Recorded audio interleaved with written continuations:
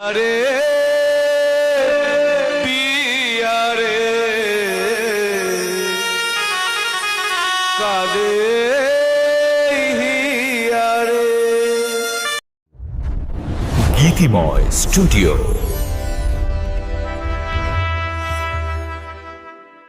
ধূমপান এবং মদ্যপান স্বাস্থ্যের জন্য ক্ষতিকর, এরা ক্যান্সার সৃষ্টি করে। গীতিময় স্টুডিও কোনোভাবেই ধূমপান বা মদ্যপান সমর্থন করে না।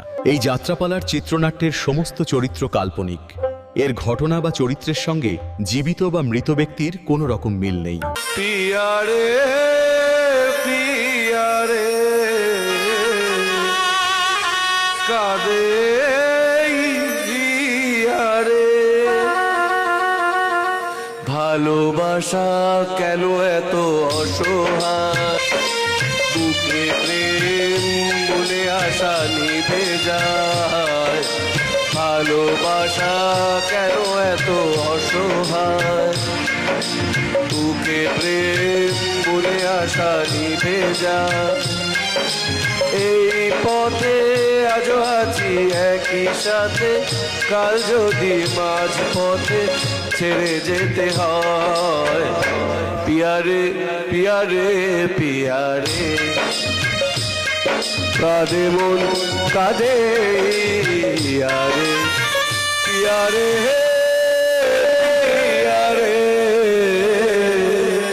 পিয়ারে পিয়ারে পিয়ারে পিয়ারে। একসময় আমরা খুব সুখী ছিলাম, আনন্দে হাসিতে গানে আমাদের জীবন কেটে যেত। তারপরে একটা বিশাল ঝড় নেমে এলো আমাদের জীবনে।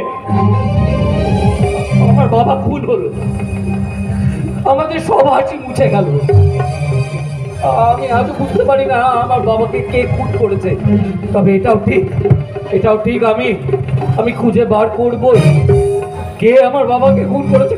আমি খুঁজে, তাই জানো তো, তাই আজও যখন আমার জীবনে নতুন কোনো সুখ আসে, যেমন তুমি এসেছো, আমার ভয় করে নতুন কোনো ঝড় সেই সুখটাকে তুমড়ে মুচড়ে শেষ করে দেবে না তো।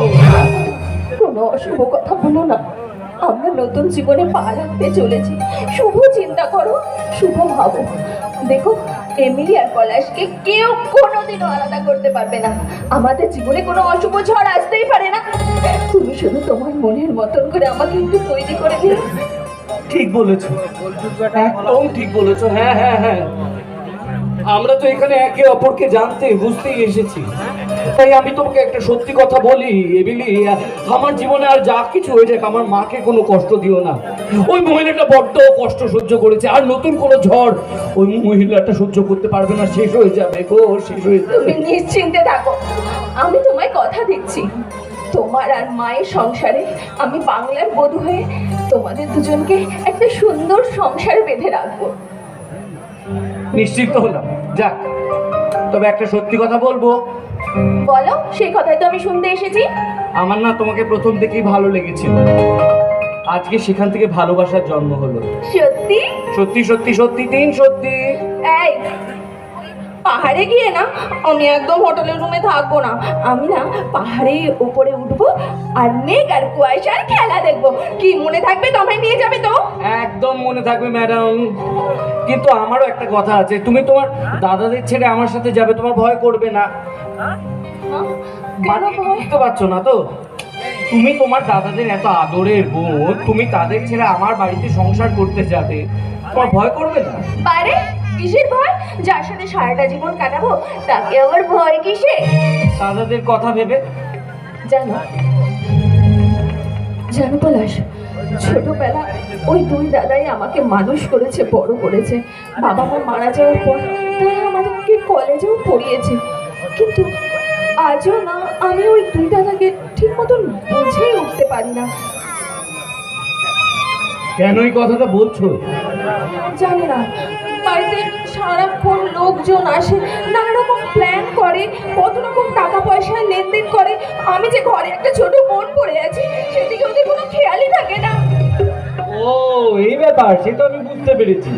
আসলে কি বলো তো, ব্যবসা নিয়ে আলোচনা করে তো খুব মাথা কাটাতে হয়, ও তুমি বুঝবে না। তাহলে আমি কি বুঝবো? তুমি বুঝবে আমাকে। পলাশ, হ্যাঁ, তুমি বুঝবে আমাকে। আর সেখানে কিন্তু আমি খুব খুব ইনছুটে, সেখানে আমি কারোর সাথে তোমাকে ভাগ করতে পারবো না, সেখানে তুমি শুধু আমার আমার আমার। हमें जो तुम्हारा सहारा न मिलता, भंवर में हीरे किनारा न मिलता,